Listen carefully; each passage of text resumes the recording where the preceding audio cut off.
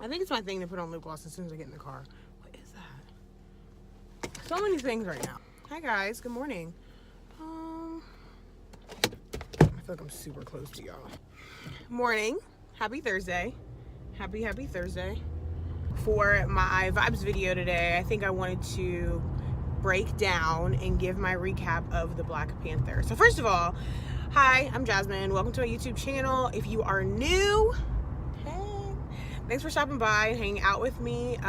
Let's be friends. Why don't we just become friends and, you know, chat it up and all of that good stuff. So if we're not already friends, go ahead and click the subscribe button down below. Also turn on your notifications so that every time I post a vibes video, a vlog, or any other type of video, who knows where this is gonna go, you'll get a notification. So yeah, so for this vibes video, I wanted to get into the Black Panther. So first of all, spoiler alert, do not watch this video if you haven't seen it. I'm serious. Don't do it, because I'm really gonna kind of get into my perspective. I saw the movie twice, and I really, you know, I'm not out here trying to be guessing. However, bear with me as I'm not confident with the pronunciation of the names. I know, I should know, I know, I get it. But I'm just not. So we're gonna go ahead and just get creative, but y'all know who I'm talking about, and that's all that matters. I went to see the movie twice. The first time I went to see it with some friends, and then the second time I saw it yesterday by myself. And honestly, I got more from the movie the second time than the first time, which I would hope so. It's kind of like listening to a song more than once. Like as you're trying to get into it. I usually give songs a couple times before I really give a full judgment on it. But anyways, so experience. First of all, shout out to everybody on the internet. Y'all went up for this. It was so cool to just see like everybody so excited and so just hype about this movie coming out to support. I like Marvel movies. I'm not one of those like, oh, I know this part happens at this part this time. I don't know. But it was just cool to just, you know, just see it, a superhero movie, but also, you know, do it for the culture.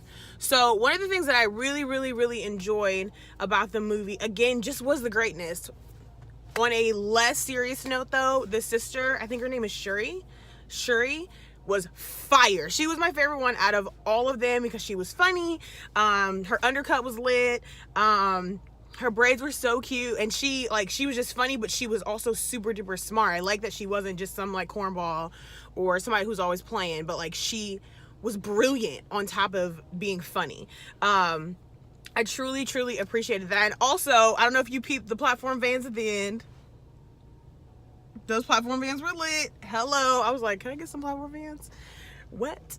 Like, that was super dope. I truly enjoyed seeing her in that. And also, I think in real life, she's a believer. Amen. For the faith and for the culture. Hallelujah. So that was really awesome to see. One of the things that I noticed from the just things that I recognized is, so in the context of the movie, you have King T'Challa. I really hope I said it right. I'm sorry if I don't say it right. I probably didn't. How he was so very adamant about protecting his nation, making sure his nation was safe and it was taken care of in Africa, in Wakanda. But then there were other black people, African descent, people of African descent that were struggling. And I know his main concern was initially like, hey, but we got to take care of home first, which I appreciate. Now Michael B. Jordan's character Killmonger, he was first of all super duper hurt. I mean, obviously I love to look at things from a Christian perspective, and he was so hurt, right? And sense of like, he was heartbroken. His family abandoned him, rightfully so. His family abandoned him, and there was a point in the movie where the Black Panther was talking to his father, and he was saying like, he's a monster of our own making. Like, we can't even be mad at him because he's hurt because we did this to him and we abandoned him. And it shows that, you know, sometimes when you know, make a bad call, these are the consequences. Additionally, I think with regards to the parent, sorry, somebody called me. Speaking of parents being human beings, you have this king, right, that you've elected, and you're like, yes, he's incredible, he's amazing, and then he had to make a bad call. He made a call for the sake of the country, but as a result, there was someone who, you know, whose life was affected by that, and you know, here are the consequences that his son now has to deal with. which I thought was just so, I mean, that's just truly incredible anyways. Not to mention all of the, you know, the women warriors, and to just see these Black women being great and just thriving. I thought that was awesome. I thought that, you know, of the tribes, there was one tribe in particular where it's like, she's the best warrior we have, and she knew what her purpose was. Lupita's character, I'm sorry y'all, I really am not good with names like that. Lupita's character also knew what her purpose was as well, and she wasn't willing to let anything, including a relationship, stand in the way of her doing what she needed to do, as the Black Panther was trying to persuade her, like, no, stay with me, you know, whatever. So I truly appreciated that, when you recognize what your purpose is and your calling is, and you walk in that regardless.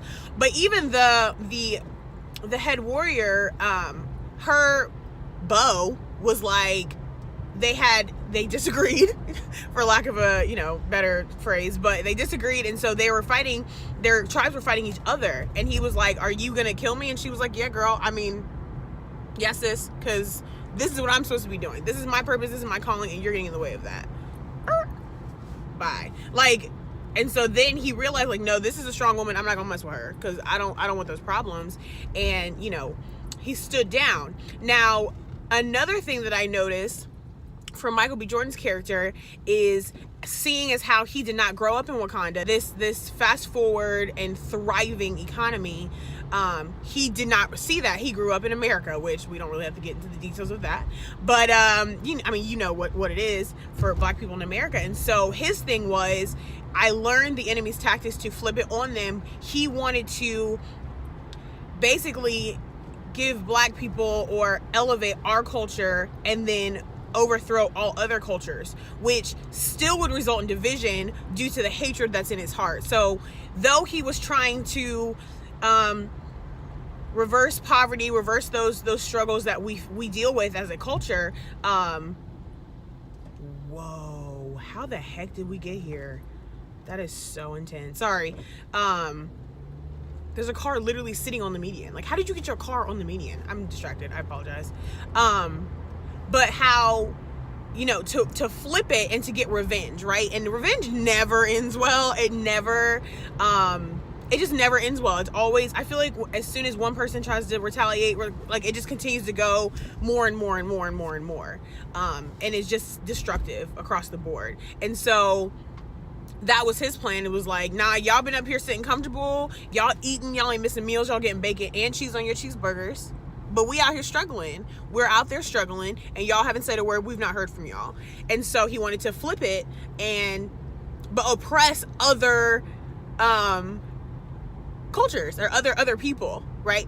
And that's not right either. And I think, unfortunately, sometimes we get this, I'm better, or I want to seek revenge because we've been oppressed, and so you want to seek revenge. And it's like, yeah, but I mean, coming from a Christian standpoint, we're supposed to love everybody. You know what I'm saying? Speaking of loving everyone, the Agent Ross, who was an American, he was a white man, he had no idea that Wakanda was thriving. He thought Wakanda was a third world country and struggling. And so, you know, the king was talking to him and just saying, like, no, you know, lying to his face, basically, for the sake of the country, going, no, we don't have anything, this man's a liar, you know, whatever. When the man was hurt and, you know, risked his life to save Lupita's character, they took him back to Wakanda, healed him within 24 hours. He gets up, he's like, what is this, where am I? He learns the truth and still chose to be on their side and still chose to fight with them. And that's not always the case. And I think that's something that is so incredibly profound, to where, you know, sometimes we see other cultures or other races or other people, and we judge them because they don't know our struggle or whatever, or, you know, they don't get it or they won't understand. It's like, well, yeah, I mean, sure, probably not, but it's still important that we love people, and, you know, that we show kindness to people. Now, I'm not a champion at this, but I'm just saying that's just what scripture says. And so the fact that this man still risked his life, because I mean, even though he was in a hologram, right, he still was risking his life because he was getting shot at for real, you know what I mean? And he still decided that he wanted to continue to put his life on the line, regardless of the fact that they had been lying to him and all of those things. That was truly, truly profound to see. So I really, really appreciated that. perspective. I really, really appreciated that approach when it came to the film. Another part at the end where Michael B. Jordan's character, he's dying, and you know, the Black Panther's trying to talk with him and say, hey, we can still heal you, you know, it doesn't have to be like this. It doesn't have to be like this. We can make a change, we can make a difference. And Killmonger was like, yeah, well, what, she's gonna lock me up? Like, nope, I'm not doing it. And it's just kind of like, man, you know, a heart issue. Like, it just comes back to a heart issue. His heart was hardened. Like, he was just like, no, I don't want to do this. I'd rather die. Like, death seems to be the better option than to be in bondage. And I know I'm misquoting the quote, but it came back to being a heart issue. And I think at the root of it all, it's always a heart issue. But that was just truly, truly interesting to see and to understand. I think it was just such a great movie. I mean, even as someone who's not as familiar with history or my ancestors as I probably should be and will become with time, it was interesting to just learn and see and appreciate all of that just across the board. But also to have a technological element added to it as well with regards to science and things like that. So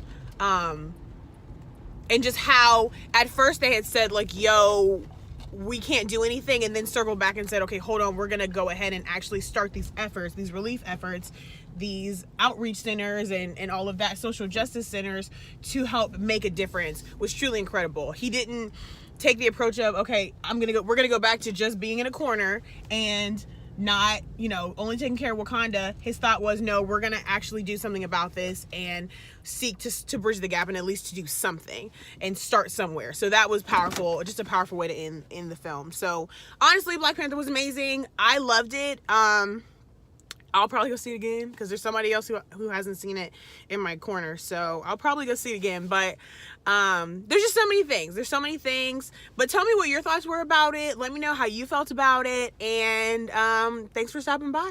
Love you guys. Talk to you later. Bye.